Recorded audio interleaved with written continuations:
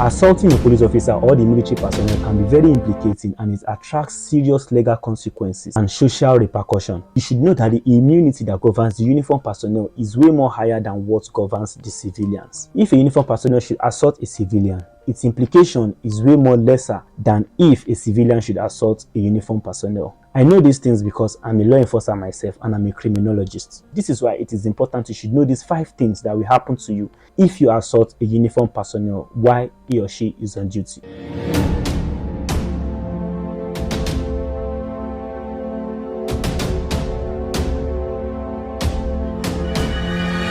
Number 1 is that there is a criminal charges. If a civilian should assault another civilian, that civilian will be charged solely on assault. But if a civilian should assault a uniformed personnel, he or she will be charged on assault, resisting of arrest, battery on law enforcement officer, obstruction of justice, disorderly conduct, aggravated assault on law enforcement officer, assault with intent to injure a law enforcement officer. You can see that just by assaulting a uniformed personnel, there are so many other charges that will be counted on you. If they assault you, it will be just 1 count. But if you assault them, there are so many things that will be counted on you, which all those charges attracts fines and sentences. So you don't want to be involved in that. And number 2 is the physical response. Most people who assault the uniformed personnel, like the police or the military, are always careful by doing these things. But in the case of the uniformed personnel, it is not so. These uniformed personnel are trained to protect themselves, and they may use reasonable force to protect themselves, like using weapons to injure you or to subdue you under their arrest. They might put on any sort of chemical on you. They might put you on handcuff. They might hit you with a weapon, which will be justifiable if eventually you are being arrested. While having the thought of you assaulting this uniformed personnel, they might have other grievous things to use to harm you back while you are trying to lay this assault on them. And number 3 is detainment. If a uniformed personnel assaults you, you can only report them. That is the higher chance you have. But if you assault a uniformed personnel, they can detain you. When detaining someone can be very humiliating, especially when it's a case between you